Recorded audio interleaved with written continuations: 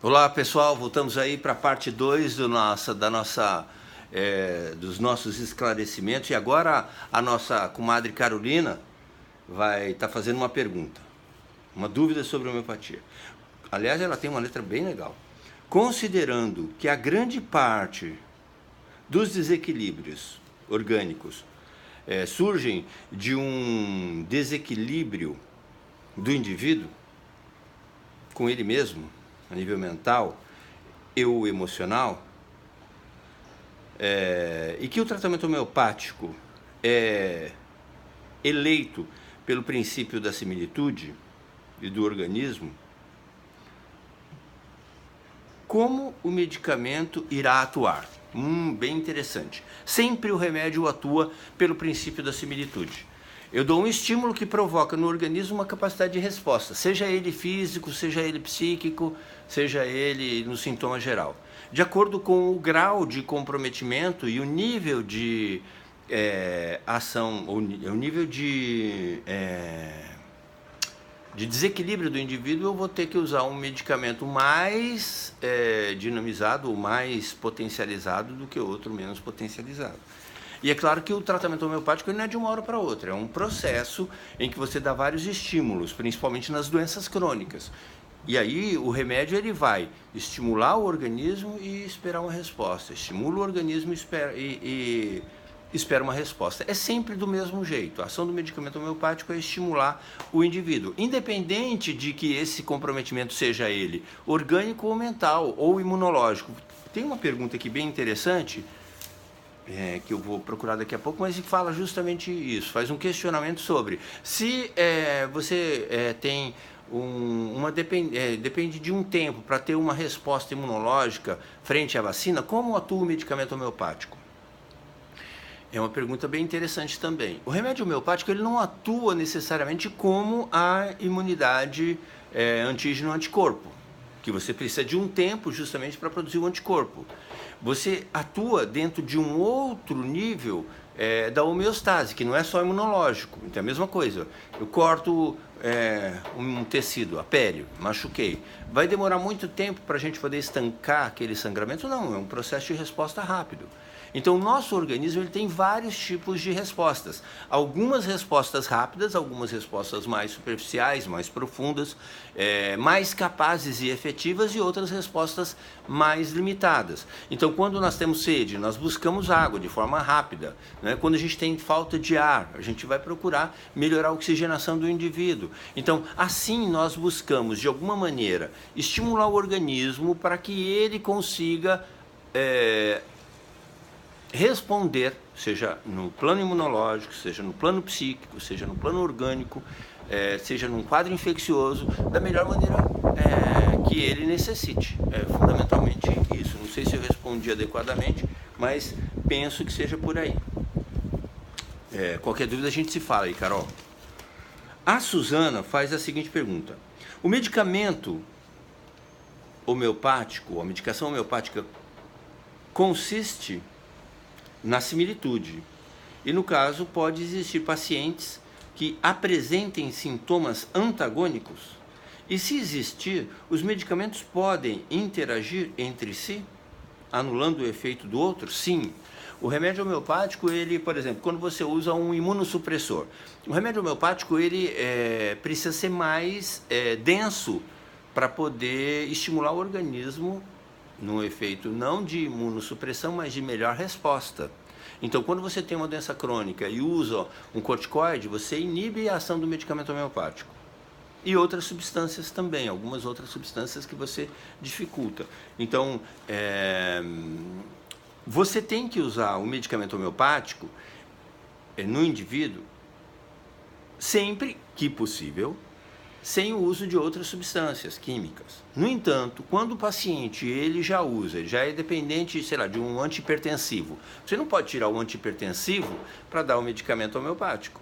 Você vai fazer uma análise da totalidade dos sintomas com o uso do antihipertensivo e progressivamente você, dando o medicamento homeopático, se você conseguir melhorar os níveis pressóricos, aí você vai diminuindo as doses ou ajustando de acordo com a necessidade daquele paciente. né? Mas é uma pergunta bem interessante. Então, existem uma série de substâncias que dificultam a ação do medicamento homeopático, e aí o homeopata ele faz os ajustes de acordo com a necessidade e uso de drogas que o paciente vem usando, vem se submetendo.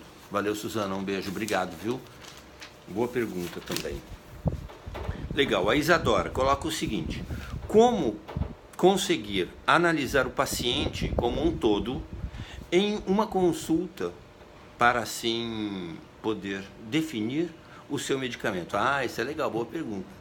Assim como saber se ele quer contar as suas fragilidades e não escondê-las. Legal, isso é bem interessante. A gente sempre tem que questionar.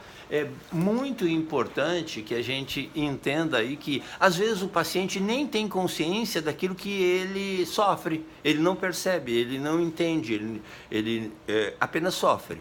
E aí você, quando aguça a sua informação para você tentar entender esse sofrimento do paciente, olhando ele na sua totalidade, olhando o paciente na sua totalidade, analisando o maior número de sintomas, você ajuda a encontrar o medicamento mais apropriado.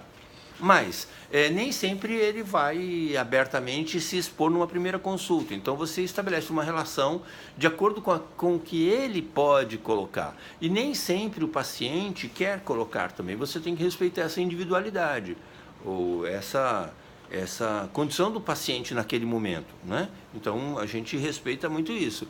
Muitas vezes o paciente ele é reservado, ele é fechado, ele não se sente à vontade. E você precisa entender que isto já é uma característica daquela pessoa e que pode ser tratada também com homeopatia. Bom, mas a gente trata características psíquicas, como houve uma outra pergunta, ou temperamento com homeopatia. Quando existem distorções dessas características psíquicas, nós tratamos com homeopatia sim.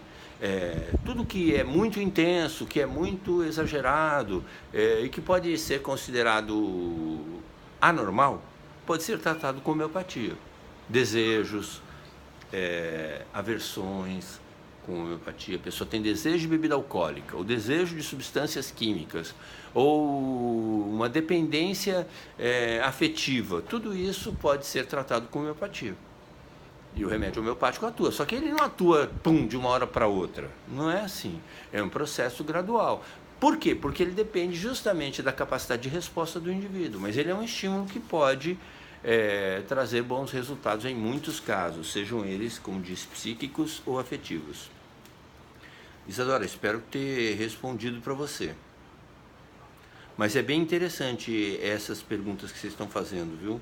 Nós precisamos conhecer o paciente ao longo de um tratamento. Então, eu costumo dizer que quando o paciente vai ao médico se consultar com homeopatia, ele não está fazendo uma consulta homeopática. Ele está aderindo a um tratamento e ele precisa de sequência, tanto da observação de si quanto do organismo. E aí tem uma pergunta interessante.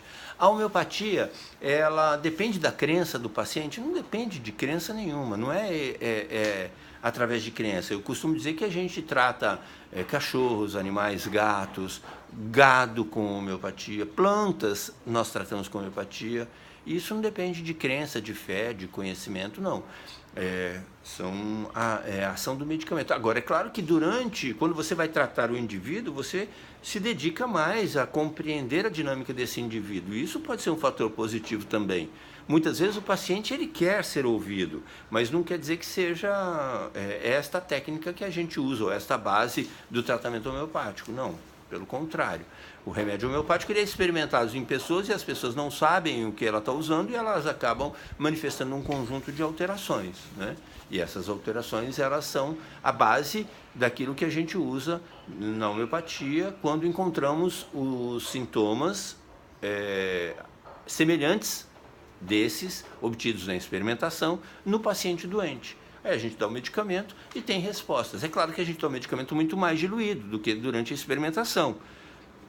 E isso, por quê? Porque você não pode agredir demais o paciente. Você tem que dar o medicamento e esperar uma resposta.